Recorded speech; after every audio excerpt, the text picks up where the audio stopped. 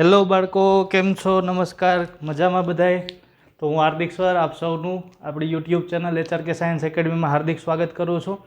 છેલ્લે આપણે chapter number 1 રાસાયણિક પ્રક્રિયાઓ વિશે ધોરણ 10મા ધોરણના ચેપ્ટર નંબર 1ની વાત કરી હતી. પહેલા ચેપ્ટરની અંદર આપણે શું શીખાતા? તો કે રાસાયણિક પ્રક્રિયાને સમતોલિત કઈ રીતે કરવી એના વિશેની માહિતી એક મેળવી હતી. તમને જો યાદ હોય તો ઓલા 7 સોપાન વિશેની ચર્ચા કરી હતી. કઈ રીતે સમતોલિત કઈ રીતે રાસાયણિક પ્રક્રિયાને, તો એમાં આપણે જોયું હતું કે ભાઈ રાસાયણિક પ્રક્રિયાને સમતોલિત કરવા માટે શું કરવામાં આવતું હતું?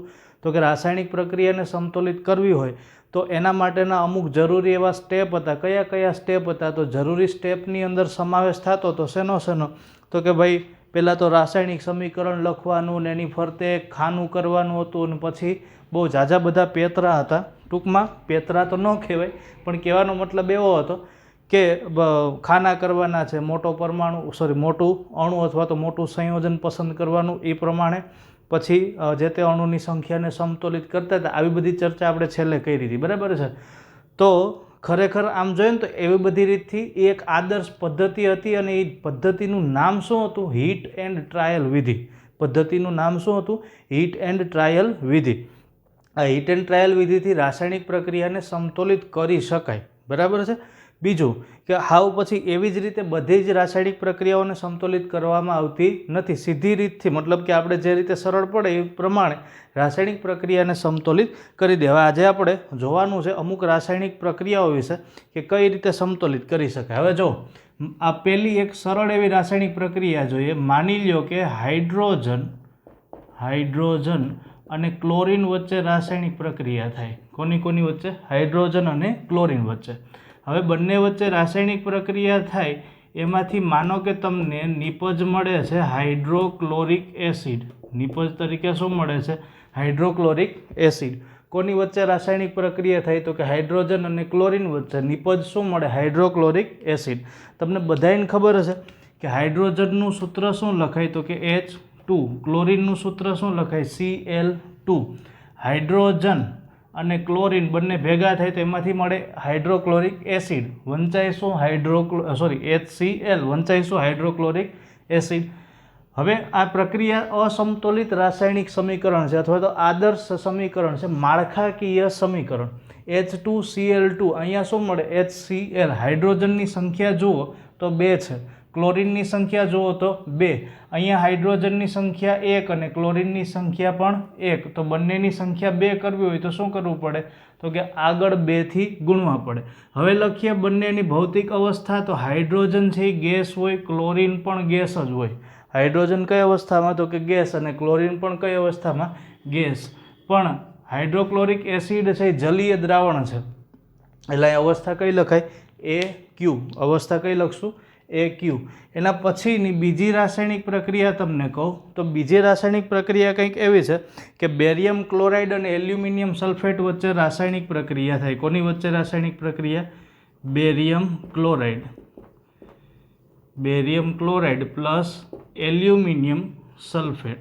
હવે બેરિયમ ક્લોરાઇડ અને એલ્યુમિનિયમ સલ્ફેટ વચ્ચે રાસાયણિક પ્રક્રિયા થાય તો એમાંથી નિપજ કઈ મળે? તો નિપજ કંઈક આવી મળે. એક નિપજ તરીકે આપણને મળશે બેરિયમ સલ્ફેટ. એક નિપજ શું મળે? Barium sulphate. અને બીજી નિપજ મળે એલ્યુમિનિયમ ક્લોરાઇડ. બીજી નિપજ શું મળે? Aluminium chloride. આ 2 નિપજ મળે છે. હવે આનું રાસાયણિક સમીકરણ લખીએ તો બેરિયમ ક્લોરાઇડનું અણુસૂત્ર થાય BaCl2. એલ્યુમિનિયમ સલ્ફેટનું અણુસૂત્ર થાય Al2SO4 3. આને કહેવાય એલ્યુમિનિયમ સલ્ફેટ. એલ્યુમિનિયમ સલ્ફેટનું અણુસૂત્ર શું થાય? Al2SO4 3. એમાંથી આપણને શું મળે? તો કે બેરિયમ સલ્ફેટ, તો BaSO4 પ્લસ બીજું શું મળે? તો કે એલ્યુમિનિયમ ક્લોરાઇડ. તો એલ્યુમિનિયમ ક્લોરાઇડનું અણુસૂત્ર થાય AlCl3. શું થાય? AlCl3. આ આપણી રાસાયણિક પ્રક્રિયા છે. કઈ રાસાયણિક પ્રક્રિયા? તો કે મૂળ અથવા તો મુખ્ય રાસાયણિક પ્રક્રિયા. આ બાજુ જોશો તો મોટો અણુ અથવા તો મોટું સંયોજન આ જ થશે કયું? Al2SO4 3. હવે આમાં Al2SO4 3 ના અણુની સંખ્યા ગણો અથવા તો પરમાણુની સંખ્યા જો તો Al ની સંખ્યા કેટલી છે? 2 છે. SO4 આ આખું સમૂહ બને એની સંખ્યા કેટલી છે 3. તો અહીંયા Al ની સંખ્યા કેટલી છે 1 જ અને SO4 પણ કેટલા છે 1 જ. તો બે બાજુ Al ની સંખ્યા અને SO4 ની સંખ્યા સમતોલિત નથી. તો હું અહીંયા Al ની સંખ્યાને સમતોલિત કરીશ. Al ની સંખ્યા 2 છે, હાલો અહીંયા 2 થઈ ગયા. તો કે હા. SO4 ની સંખ્યા અહીંયા કેટલી છે તો કે 1 જ છે. આ બાજુ કેટલી છે તો કે 3 છે. તો મારે SO4 ની સંખ્યાને સમતોલિત કરવી હોય તો આને કેટલાથી ગુણવાના 3 થી. હાલો થઈ ગયા. તો કે હા. તો અહીંયા તમે જ્યારે આવી રીતથી પ્રક્રિયા સમીકરણને સમતોલિત કરો તો અહીંયા Ba ની સંખ્યા ઓલરેડી 3 થઈ ગઈ, જે અહીંયા 1 જ હતી. તો આને કેટલાથી ગુણવાના 3 થી. તો 3 થી તમે BaCl2 ને ગુણો તો BaCl2 માં આ ત્રગડો છે એ ક્લોરીન નહીં ગુણે. કેટલા અણુ છે તો કે 6 થઈ જાય. 3 2 6. હવે આ બાજુ ક્લોરીન જોવું જોઈએ તો એ પણ કેટલા થઈ ગયા 3 2 6. હવે તમે બે બાજુ ચેક કરી શકો તો રાસાયણિક સમીકરણ છે એ કેવું સમીકરણ છે? સમતોલિત રાસાયણિક સમીકરણ. એના પછીની હજી એક પ્રક્રિયા કહું તો પ્રક્રિયા છે આવી કંઈક. રાસાયણિક પ્રક્રિયા છે કોના વચ્ચે તો કે સોડિયમ અને પાણી વચ્ચે. કોની વચ્ચેની રાસાયણિક પ્રક્રિયા? સોડિયમ અને પાણી. બંને વચ્ચે રાસાયણિક પ્રક્રિયા થાય એટલે રાસાયણિક પ્રક્રિયા દરમિયાન ઉત્પન્ન થતી નિપજ છે એ સોડિયમ હાઇડ્રોક્સાઇડ મળે. રાસાયણિક પ્રક્રિયાથી ઉત્પન્ન થતી નિપજ કઈ હોય? Sodium hydroxide. અને સાથે સાથે હજી એક નિપજ મળે એ હોય હાઇડ્રોજન વાયુ. સોડિયમ હાઇડ્રોક્સાઇડ અને સાથે સાથે બીજું શું મળે તો કે હાઇડ્રોજન વાયુ. કોની વચ્ચેની રાસાયણિક પ્રક્રિયા છે ભાઈ? તો રાસાયણિક પ્રક્રિયા છે સોડિયમ અને પાણી વચ્ચેની. અને આપણને નિપજ તરીકે શું મળે તો કે સોડિયમ હાઇડ્રોક્સાઇડ મળે અને બીજું શું મળે? પાણી મળે. હવે જોજો, સોડિયમનું અણુસૂત્ર થાય Na, પાણીનું અણુસૂત્ર થાય H2O. બંને વચ્ચે રાસાયણિક પ્રક્રિયા થઈ તો એક નિપજ આપણને મળી NaOH અને બીજી નિપજ તરીકે મળે H2.